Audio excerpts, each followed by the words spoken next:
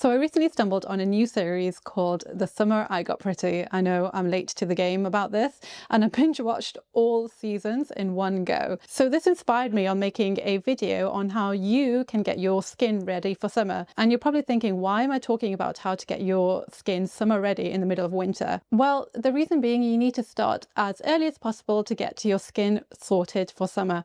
Usually around 3 to 6 month mark. So if you start earlier, the better your skin will be, and also creating those habits to have healthy skin. So if you haven't watched The Summer I Got Pretty, don't worry, I haven't put any spoilers in for you, so you can watch it in your own time. And in that series of The Summer I Got Pretty, it's usually showing lives of teenagers and them turning into young adults.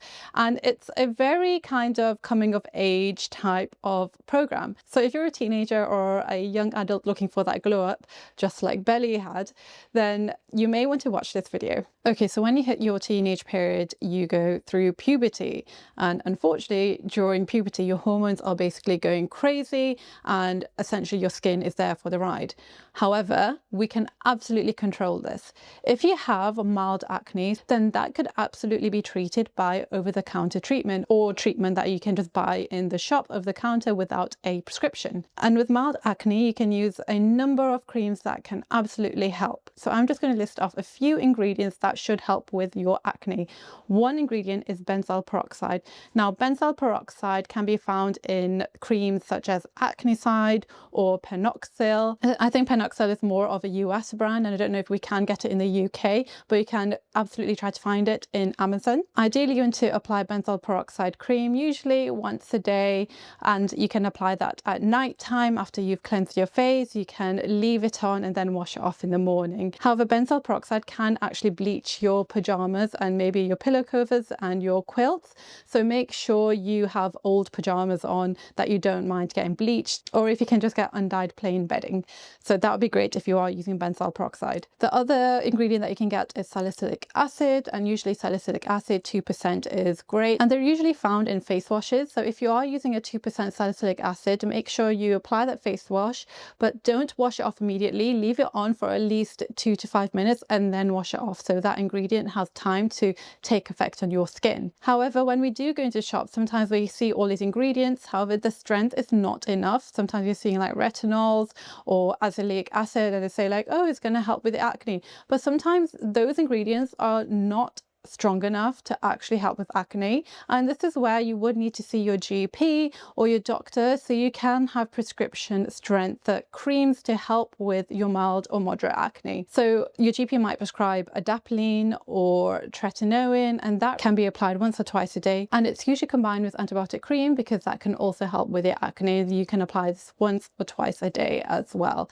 However, I need to say that all these creams can irritate your skin, so if you are applying these creams, make sure you moisturize before, wait for 10 minutes and then apply the cream, and then you can moisturize thereafter, because it can cause like a dry peeling effect. However, watch this space because there are going to be newer creams in the market, and with acne, unfortunately, it's not like a quick acting treatment, so you can't expect your skin to change after 1 week. You need to use your creams consistently in a 3-month period to actually see if it's having a great effect or not. Okay, so if you've got moderate to severe acne that is causing a bit of scarring on your face, or causing dark marks, then creams may not be enough for you. Absolutely use your creams. I'm not saying stop using them, but you would need to go to your GP or your dermatologist to get tablet treatments for your acne. Now, some of them can be antibiotic treatment, oral contraceptive pill, or a hormonal type of treatment such as spironolactone. But if it's really bad, then you may need to be seen by a dermatologist, so we can prescribe other forms of treatment such as Roaccutane, but I'm not going to go into detail into that because that should be for another video. But here's what I cannot stress enough. Don't delay treatment, because acne scarring is incredibly difficult to treat, and prevention is always better than trying to fix damage later. If your acne is impacting your confidence or daily life, see a dermatologist. We are here to help. Okay, so let's talk about something that doesn't get enough attention: hyperhidrosis or excessive sweating. Summer and excessive sweating is not what you want to go for. So first things first, if you're dealing with sudden onset excessive sweating, sweating, we need to rule out anything which could be causing it. So I would recommend actually going to your doctors and getting some blood tests to check your glucose levels and your thyroid function test. But before I quickly go into the treatment, let's just quickly understand what's happening. You have two types of sweat glands. One is the acrine gland, where there are all of your body and they produce like watery sweat for temperature regulation, and this is the sweat from hyperhidrosis.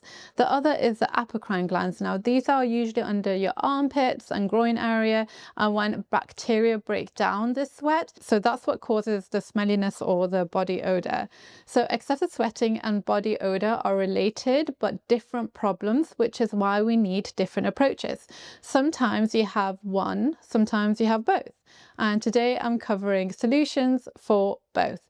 So let's go with excessive sweating. Antiperspirants are your best friends. And I'm going to talk about the gold standard ingredient which you need to look out for, which is aluminium chloride. Now, aluminium chloride is the most effective treatment which you can buy from the shop. And there are certain antiperspirants that you can use, such as Drychlor and Hydrol, which you can get in the UK. And this is how you need to use it, because unfortunately people have not been applying the antiperspirant correctly, and this can lead to people thinking that their antiperspirant is not helping. So ideally you want to apply it at night time before bed to completely dry skin, not damp skin, just dry skin. And for maximum effectiveness, you can cover the area with a plastic wrap overnight. Then you want to wash it off in the morning. If you do see results, you should see this about a month. You can reduce this to every 2 to 3 days. So this is a number one mistake. People usually apply this in the morning after a shower. However, your sweat glands are least active at night, and that's when this works best. So apply to the dry skin, leave it on for 6 to 8 hours, then wash off. However, this treatment can be quite irritating to the skin. So if your skin is getting irritated, what I would advise is just to give this treatment a break and just keep applying moisturizer in the area. If it is very irritated, then go see your GP, because you may need something to help calm that inflammation down. Of course, if you're sweating so much that topical treatment is not going to help, then please do visit your GP or your dermatologist, because we can give you tablet treatment or other alternative treatments, even Botox, that could help with that. Okay, so we've handled the sweat. Now let's talk about the smell, because you can go through buckets of sweat and not smell, or barely sweat and smell terrible. And it all comes down to the bacteria. So this may seem obvious, but let me give you the dermatologist version of what to do if you do have very smelly skin. Use antibacterial soaps, and even benzoyl peroxide can help. So benzoyl peroxide can be found in Penoxyl or even Acne. And if you are taking a shower, just apply it on those areas, leave it on for a few minutes, and then wash it off. On TikTok and other areas, they do talk about benzoyl peroxide to help with the smelly areas, but this can be quite irritating in the areas. One other great substitute can be Dermol 500. Now, Dermol 500 has got benzalkonium and also chlorhexidine, and those are antibacterial properties. However, Dermol 500 is a bit more gentler on the skin and can be moisturizing, so you can use that as an alternative. And of course, change your clothing quite regularly, ditch the synthetic fabrics that trap odor, and stick with breathable cotton. Okay, so now let's talk about hair. During the summer periods, we're more likely to take off hair from our body. However, this can lead to irritated skin and also razor bumps. So here's my tips, and here's some dermatology tips just to help prevent those razor bumps. So I would actually use a moisturizer with glycolic acid or lactic acid, and use this before and after you've shaved the area, because that's going to moisturize the area but also gently exfoliate those skin, so that kind of shaved hair doesn't go back into your skin and then cause those razor bumps essentially. And if you are shaving, shave with the direction of the hair growth and not against it. Try not to stretch your skin too much while shaving, and use short, gentle strokes, and always use sharp blades. Dull blades are your enemy. However, any method of hair removal, it is going to be very irritating to the skin, so if you do have irritated skin afterwards, make sure you do moisturize as much as possible. Okay, now we we get to the non-negotiable sun protection, and I don't care how good your skincare routine is, if you're not using sunscreen, you're undoing all your hard work, and you should use sunscreen even in the winter periods.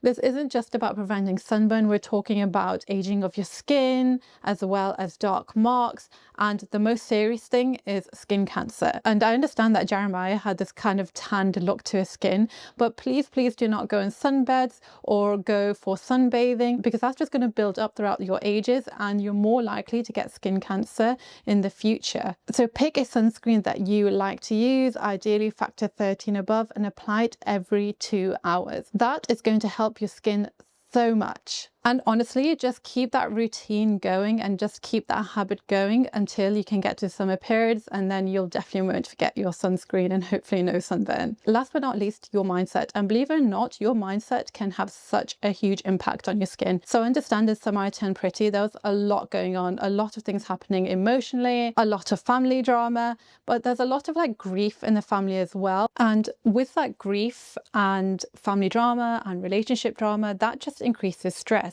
And stress is linked to your hormone cortisol rising, and then because stress and your cortisol rising, this can increase inflammation in the skin, and this is where you can get a lot of inflammatory skin problems such as your eczema flaring up, psoriasis flaring up, or just any other of the skin condition. Even acne can flare up with stress. So it's really important to tackle those mental health issues and also mindset to help lower that stress. And unfortunately, in clinics, we also see skin and hair related issues where people are tugging at the hair, and that is causing hair loss called trichotillomania, and also some skin picking conditions.